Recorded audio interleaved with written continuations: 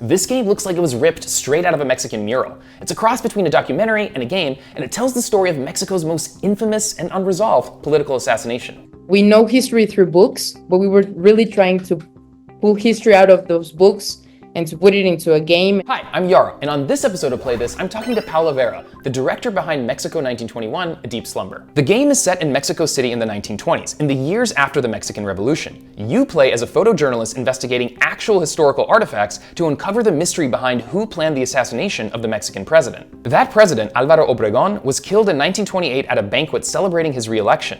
While authorities identified the killer, the broader mystery of whether he was on his own or conspired with other groups is still unresolved. We've collaborated with different institutes here in Mexico, with like the National Newspaper Library or the Popular Arts Museum, to put those objects that are inside a museum inside our game. So I like to really define it as a documentary game, because you're not only playing a game, you're also literally interacting with history. The assassination of President Obregón in 1928 is a pivotal moment in Mexican history. It marked the end of an era in which military strongmen ruled the country. At the same time, this period of the 1920s, when the game takes place, is also when Mexico began to redefine itself culturally and artistically.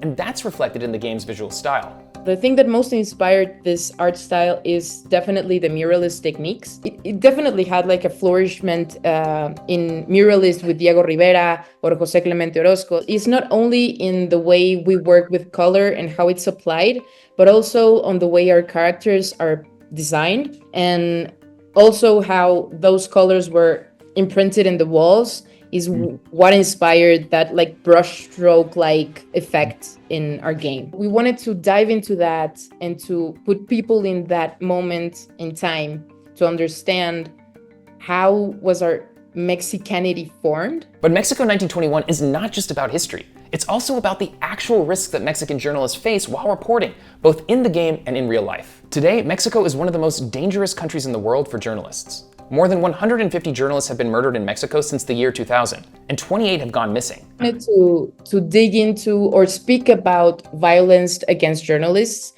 Writing about politics is dangerous in some places, and we really wanted to put that out there. I think that a lot of people can identify with this particular moment in time of fighting against a government that has never listened to people's requests or real necessities. And even though it's like a local story, I really think it's a global one.